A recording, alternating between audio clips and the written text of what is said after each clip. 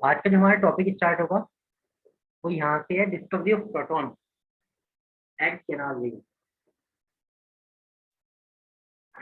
तो कल हमने डिस्कवरी ऑफ इलेक्ट्रॉन के बारे में कंप्लीटली पढ़ा, तो आज शुरू करते हैं डिस्कवरी ऑफ प्रोटॉन।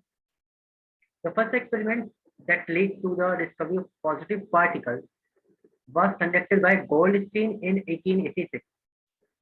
तो जो पॉजिटिव पार्टिकल है या प्रोटॉन है, उसकी जो सबसे पहले डिस्कवरी का एक्सपेरिमेंट किया गया था वो किया गया था गोल्डस्टीन के द्वारा 1886 में। एंड कौन सा एक्सपेरिमेंट उन्होंने किया था? तो he modified cathode ray tube experiment which led to the discovery of proton.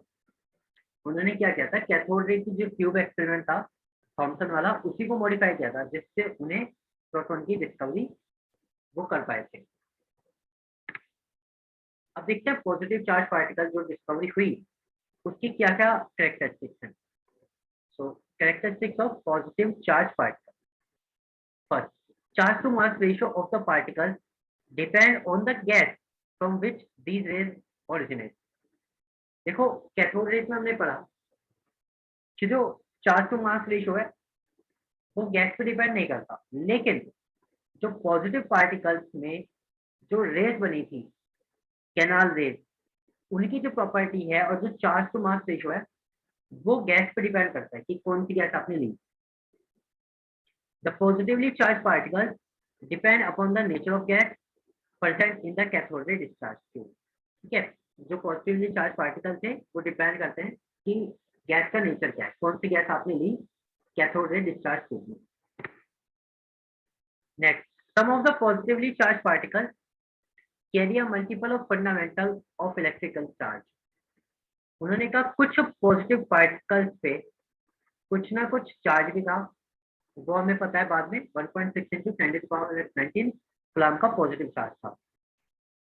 Behaviour of positively charge particles in electrical and magnetic field is opposite to that observe in cathode ray. तो अब ये कह रहे हैं जो positive charge particle का behaviour था electrical and magnetic field में वो बिल्कुल कैथोड रेज के अपोजिट था।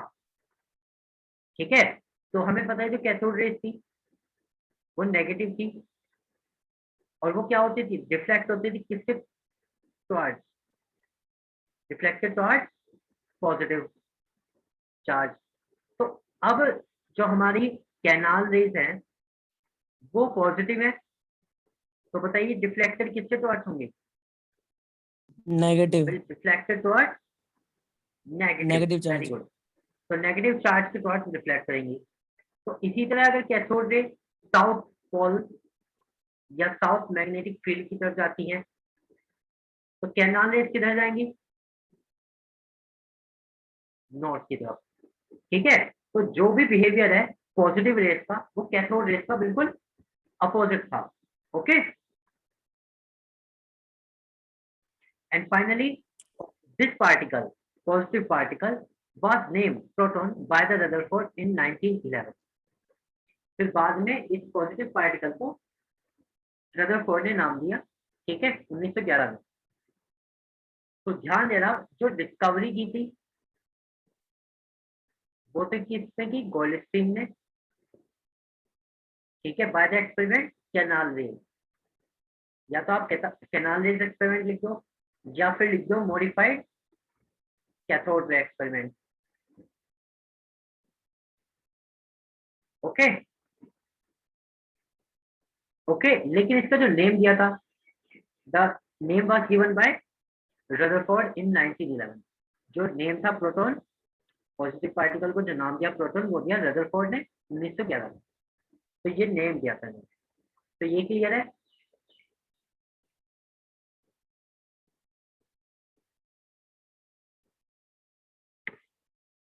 Now the charge of proton. We know already that the charge was found to be equal in magnitude but opposite in the sign of that of electron. That is 1.6 into 10⁻19 coulomb positive charge. तो ये कह रहे हैं कि जो proton का charge था वो था तो इक्वल किसके, इलेक्ट्रॉन के, क्योंकि इलेक्ट्रॉन का भी सेम था, चार्ज की जो अमाउंट है वो सेम है, बट जो इलेक्ट्रॉन है वो नेगेटिव चार्ज है और जो प्रोटॉन का था वो पॉजिटिव था। बाकी क्वांटिटी का मैग्नीट्यूड जो है वो same. Now the mass of proton, the mass of proton is 1.67 into 10 to the power minus 27 kilogram. तो 1.67 into 10 to the power minus 27 kilogram, ये एक प्रोटॉन का मास है, ठीक है, मास ऑफ वन प्रोटॉन। और जो इलेक्ट्रॉन का था वो था 9.11 into 10 to the power minus 31 kilogram. अगर इनका कंपैरिजन देखा जाए तो मैं आपको बता दूं, one proton will be equal to 1800 electron approximate. यानी एक प्रोटॉन का जो मास है वो 1800 इलेक्ट्रॉन के बराबर है। तो आप देख सकते हो प्रोटॉन कितना ज्यादा भारी है इलेक्ट्रॉन से। ओके, ये एक एस्टिमेटेड कंपैरिजन है, ठीक है।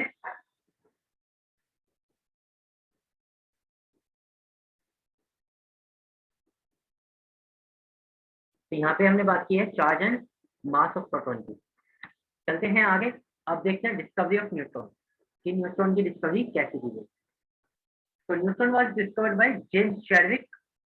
न्यूट्रॉन की डिस्कवरी की है James Chadwick by bombarding a thin sheet of beryllium by alpha particle. इन्होंने क्या किया था, बेरिलियम की बहुत पतली सी शीट पे हीलियम की बम्बार्ड कर दिया था, ठीक है। तब इनको डिस्कवरी न्यूट्रॉन की। लेकिन ये जो कंसेप्ट आया इनके माइंड में आया कैसे, कि जो एटम है उसके अंदर एक और पार्टिकल है। भाई इलेक्ट्रॉन की डिस्कवरी हो चुकी, प्रोटॉन की डिस्कवरी हो चुकी, अभी न्यूट्रॉन वाली बात आई कहां से, क्योंकि चार्ज तो बैलेंस था, चार्ज इक्वल था, इस पे नेगेटिव इस पे पॉजिटिव, टोटल हो गया 0। तो चार्ज तो बैलेंस है।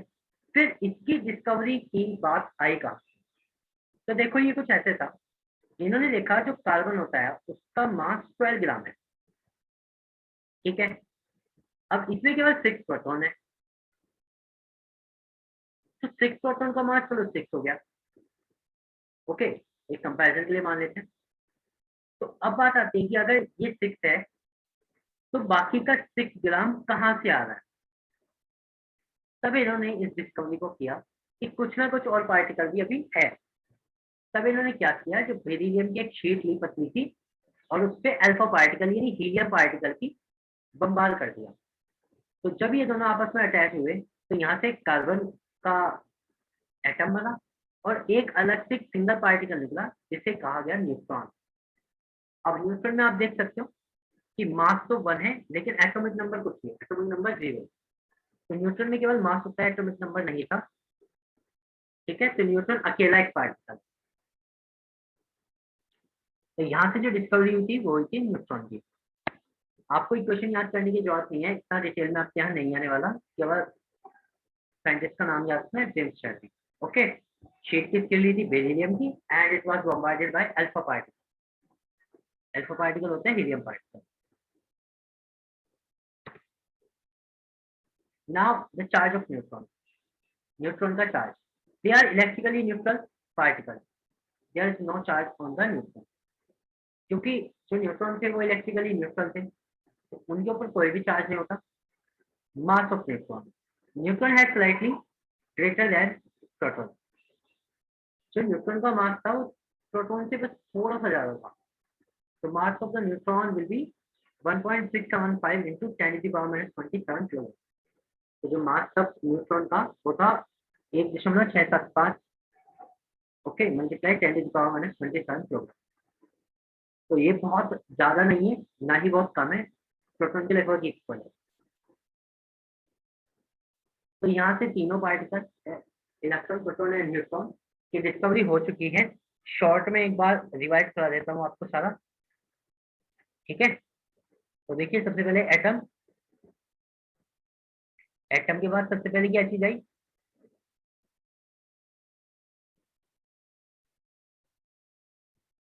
Discovery of electron.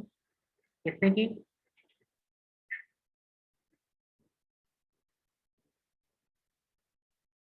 J J Thomson ने। एक्सपेरिमेंट कौन सा था इनका,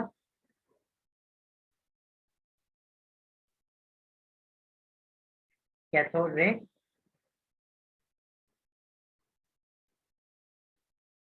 डिस्चार्ज ट्यूब एक्सपेरिमेंट। ओके, ठीक है। और यहाँ से क्या पता लगा, जो इलेक्ट्रॉन है वो नेगेटिवली चार्ज पार्टिकल है, जिसका चार्ज है 1.6 इंटू 10⁻⁻19 कूलम। मास कितना है, 9.11 इंटू 10⁻31 किलोग्राम। ये था इलेक्ट्रॉन के बारे में। फिर डिस्कवरी हुई किसकी,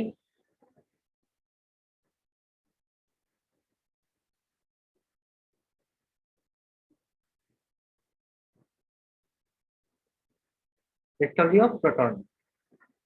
ठीक है, it was done by Goldstein. Goldstein ने की।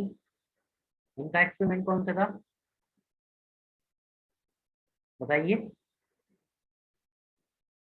कैनाल रे। ओके, या फिर एनोड रे भी कह सकता, क्योंकि कैथोड रे जो थी कैथोड से चली थी, कैनाल रे चली थी एनोड से। ठीक है, तो एनोड रे का एक्सपेरिमेंट था, या इसे कह सकते हो modified cathode ray discharge tube experiment.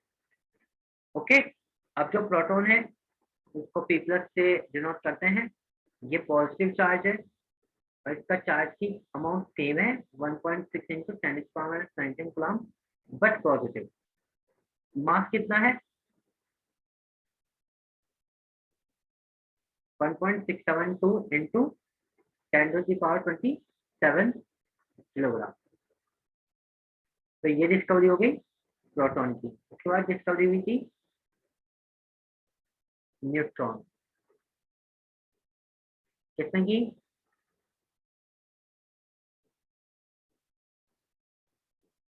James Chadwick. ठीक है, जेम्स चैडविक ने की थी experiment, bombarding of alpha particles on beryllium sheet, thin sheet of beryllium. इनका एक्सपेरिमेंट था।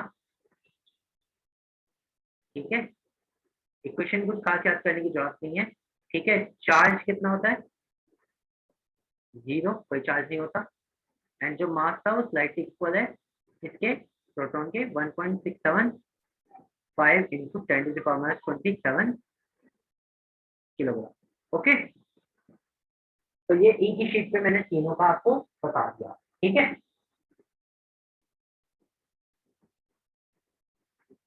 तो अभी तक जो स्ट्रक्चर आया वो हमने केवल अभी डिस्कवरी पढ़ी है, स्ट्रक्चर के बारे में भी पढ़ेंगे। ये तो की डिस्कवरी तीनों की। अब शुरू होते हैं स्ट्रक्चर के ऊपर। ठीक है, अभी तो डिस्कवरी बताई है तीनों पार्टिकल्स की। अब जो हमारे पास शुरू होगा वो स्ट्रक्चर होंगे कि कैसे कैसे इनका स्ट्रक्चर है। तो स्ट्रक्चर से पहले कुछ बेसिक चीजें लाइक एटॉमिक नंबर। स्टूडेंट ये स्लाइड जो है वो काफी इंपॉर्टेंट है। ठीक है, तो आपको पता होना चाहिए ये स्लाइड के बारे में सारा। The number of proton present in the nucleus is known as atomic number of that atom. किसी भी एटम के जो न्यूक्लियस होता है, ओके, ये जो न्यूक्लियस है इसके अंदर प्रोटॉन और न्यूट्रॉन होते हैं। तो इस न्यूक्लियस में कितने प्रोटॉन है, जितने भी प्रोटॉन है, नंबर ऑफ प्रोटॉन, वही उसका एटॉमिक नंबर है। याद रखोगे। ठीक है, if I am saying 8 proton, अगर किसी भी एटम में 8 प्रोटॉन है तो एटॉमिक नंबर कितना हुआ, 8।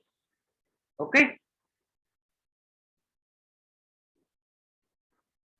ठीक है। अब जितने प्रोटॉन उतना ही उसका एटॉमिक नंबर, या फिर जितना एटॉमिक नंबर उतने ही प्रोटॉन। अब एक और बात आती है कि जो प्रोटॉन होते हैं वो हमेशा इलेक्ट्रॉन के इक्वल होते हैं।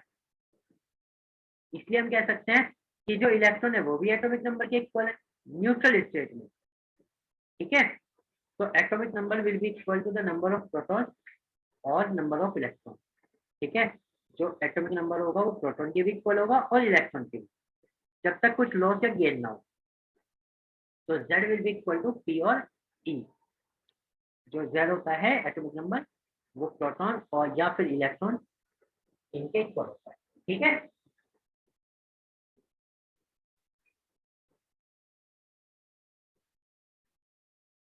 Got it.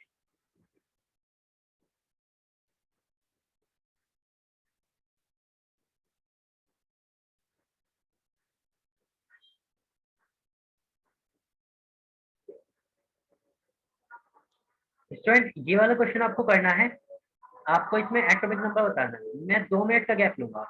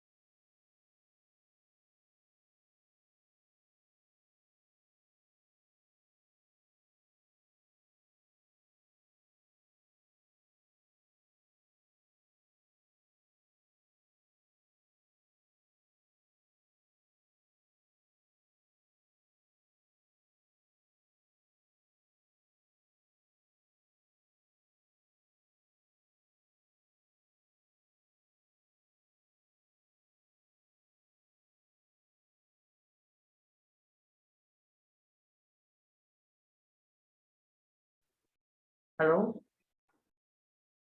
Student, you have done the question.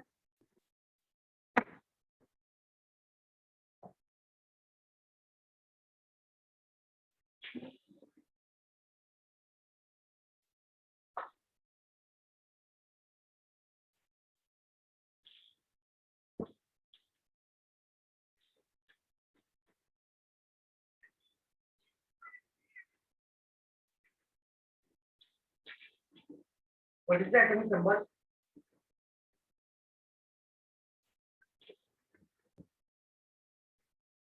Will be 9।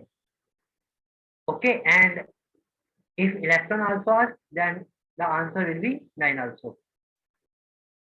अगर इलेक्ट्रॉन भी पूछे तो भी आंसर हमारा 9 होगा। तो एटॉमिक नंबर अगर हमें पता है तो हम प्रोटॉन इलेक्ट्रॉन बता सकते हैं।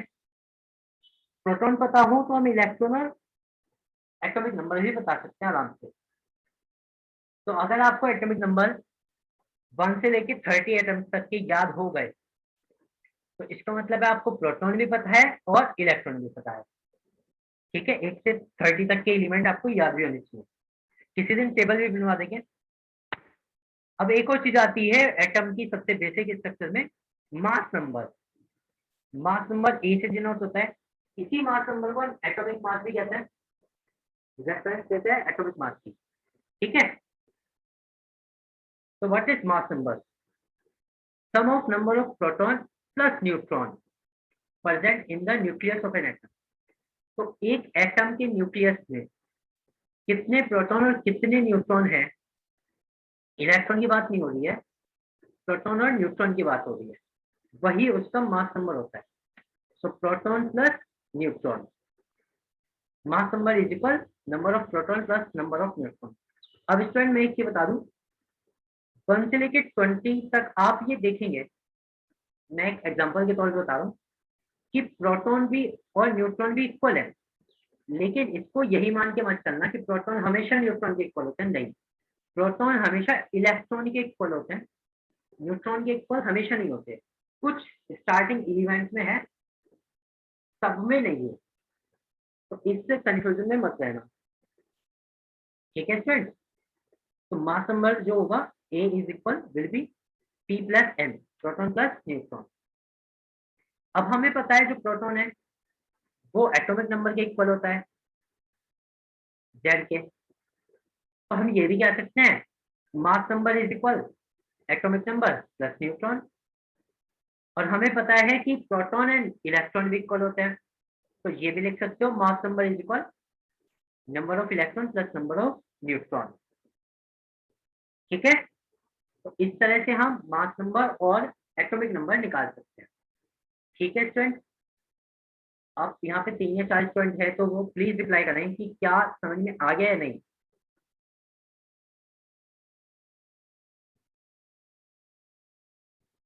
क्योंकि इसके बेस पे फिर मैं 1-2 क्वेश्चन कराने वाला हूँ आपको, आ गया होगा।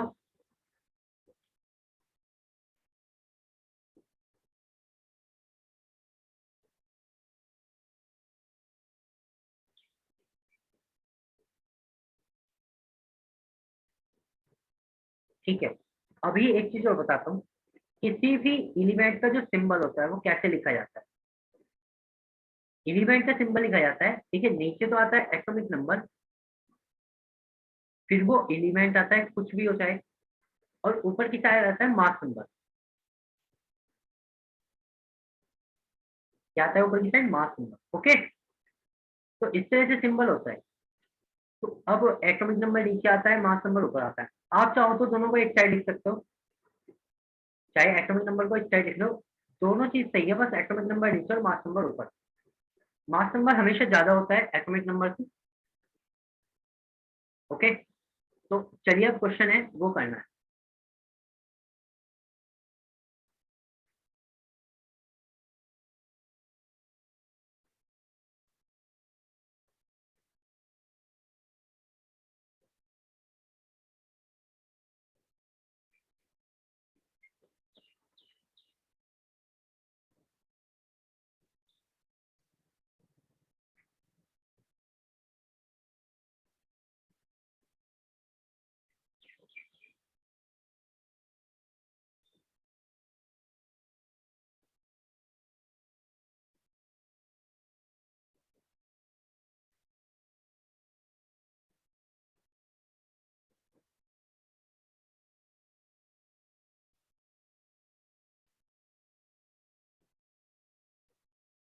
तो इसका सोल्यूशन करना है स्टूडेंट, जल्दी से बता दो, चैट बॉक्स में आंसर ड्रॉप कर दो फटाफट से। Proton number, atomic number and mass number बता दो, तीनों चीज फटाफट से बताओ।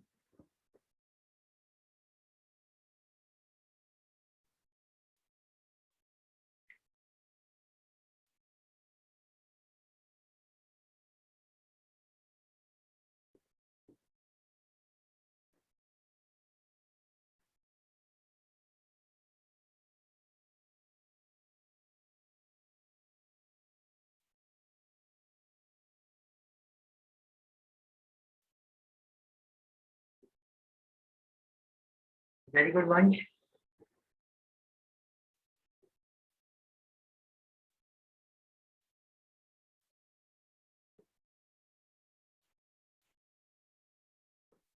वंश and Rohit both give the right answer.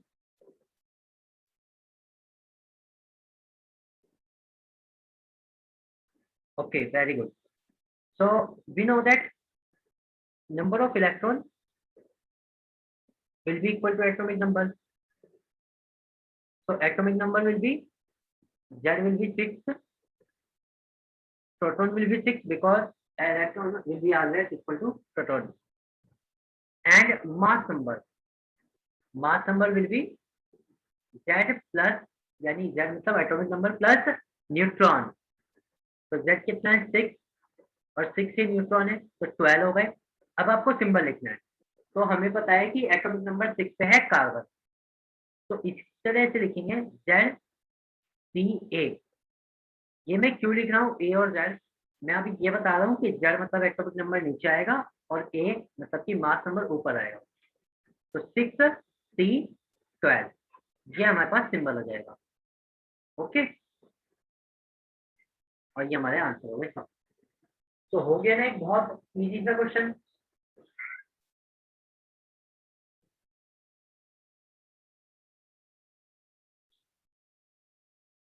ठीक है फ्रेंड, तो mass number, atomic number, electron, proton and the simple thing, clear to everyone.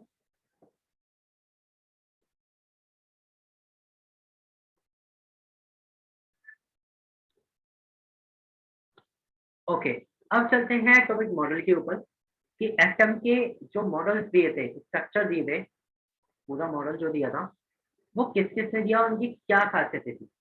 वैसे आपने इसके बारे में प्रीवियसली पढ़ा होगा क्लास 9 में, फिर भी थोड़ा डिटेल्स में अब आ जाते हैं, तो एक एक करके पढ़ेंगे। ठीक है, सबसे पहला atomic model which was given by J Thomson. वैसे इससे पहले डॉल्टन ने भी दिया था। डॉल्टन ने कहा था कि एटम बिल्कुल गोल होता है, वो इंडिविजिबल है, ये सब है। लेकिन बाद में जे थॉमसन ने जब अपना एक्सपेरिमेंट किया था, तो कैथोड रे वाला, उसके बाद ये मॉडल दिया था।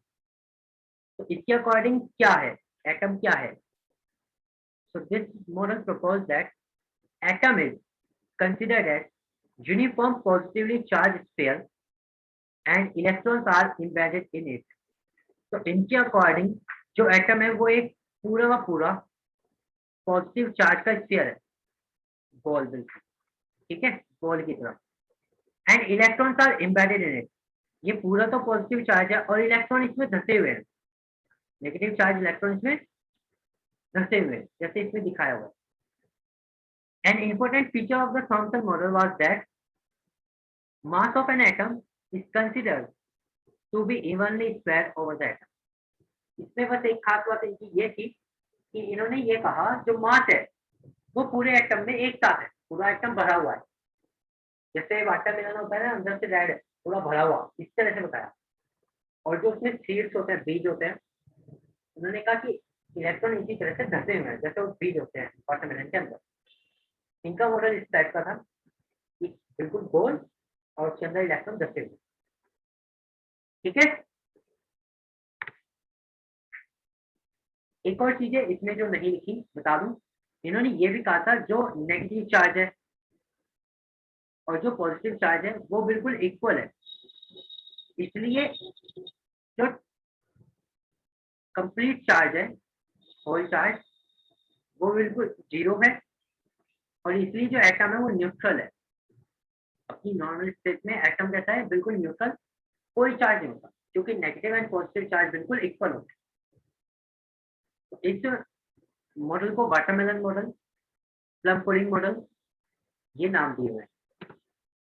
अब चलते हैं इसकी लिमिटेशन पे। Thompson model of atom was discarded, इसको डिस्कार्ड कर देंगे because it could not explain certain experimental results like the scattering of alpha particles। तो थॉमसन के मॉडल को इसलिए डिस्कार्ड किया गया क्योंकि ये कुछ जो एक्सपेरिमेंट किए गए बाद में उनके रिजल्ट को नहीं बता पाया। जैसे स्कैटरिंग ऑफ अल्फा पार्टिकल, ये रदरफोर्ड का एक्सपेरिमेंट था, तो उसको नहीं बता पाया। अब वो एक्सपेरिमेंट क्या था, इसके बारे में पढ़ेंगे। ठीक है,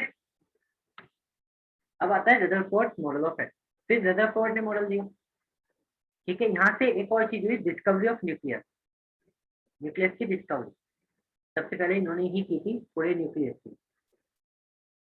अब रदरफोर्ड ने क्या किया, ये देखने के लिए कि क्या एटम पूरा का पूरा भरा हुआ है या उसमें कोई जगह खाली है, ये देखना चाहते थे, क्योंकि थॉमसन ने कहा था वो तो पूरा भरा हुआ है। ठीक है, तो Rutherford bombarded high energy alpha particles from a radioactive source on thin foil of gold metal।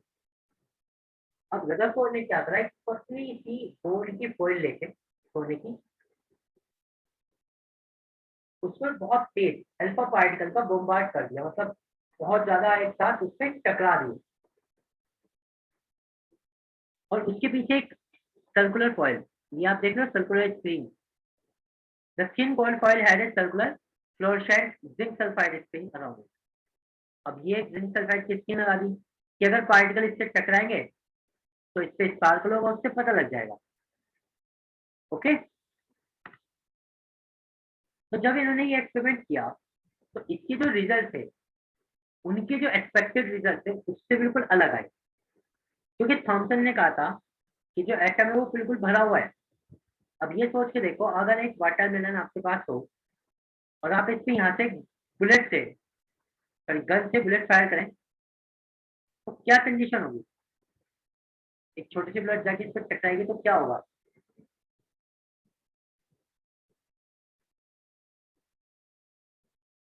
बताओ, कुछ चेंज आएगा या नहीं आएगा?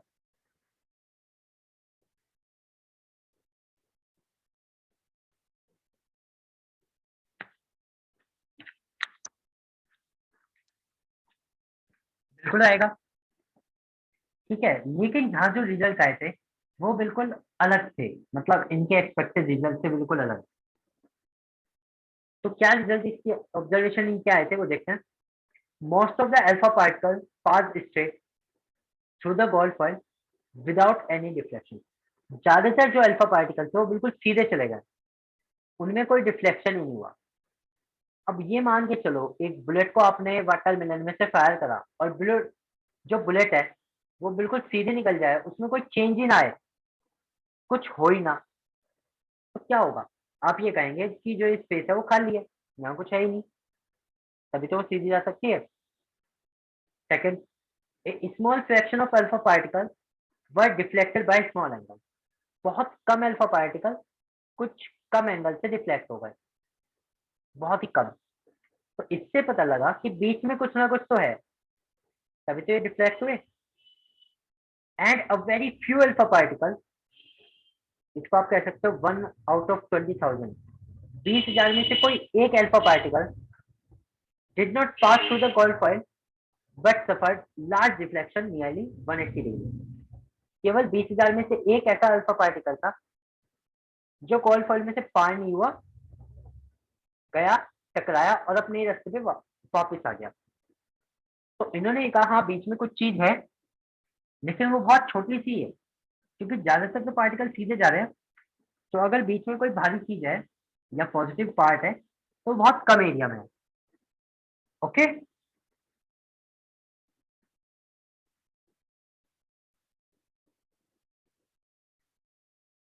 ये थे इसके ऑब्जर्वेशन। अब ऑब्जर्वेशन से आते हैं आगे और देखते हैं कंक्लूजन। तो most of the space in atom is empty.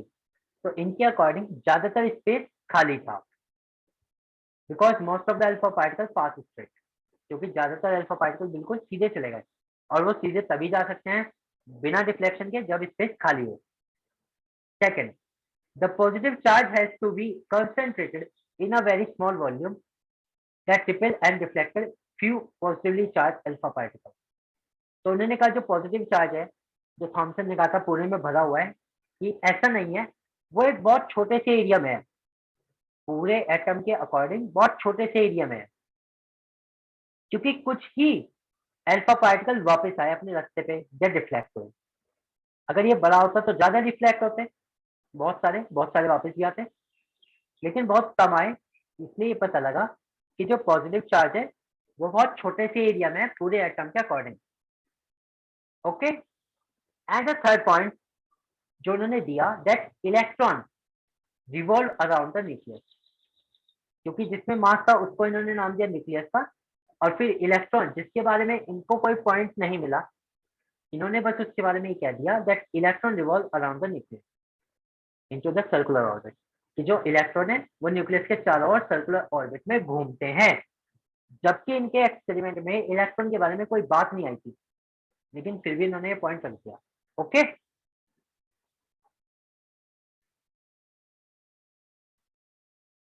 ठीक है।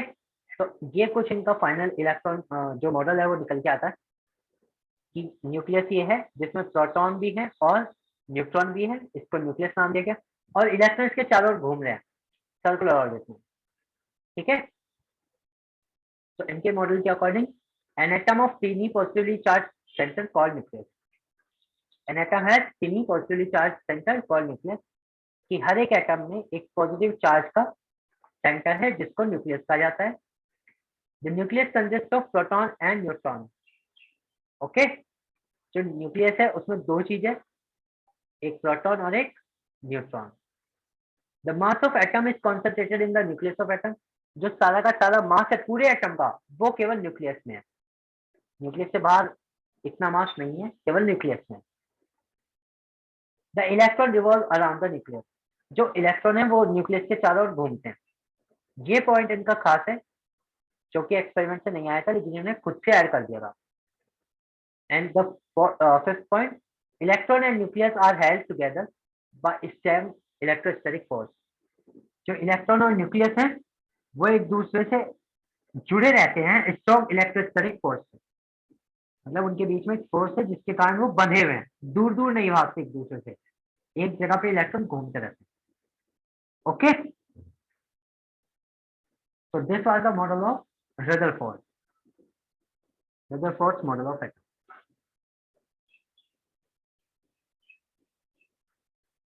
Okay.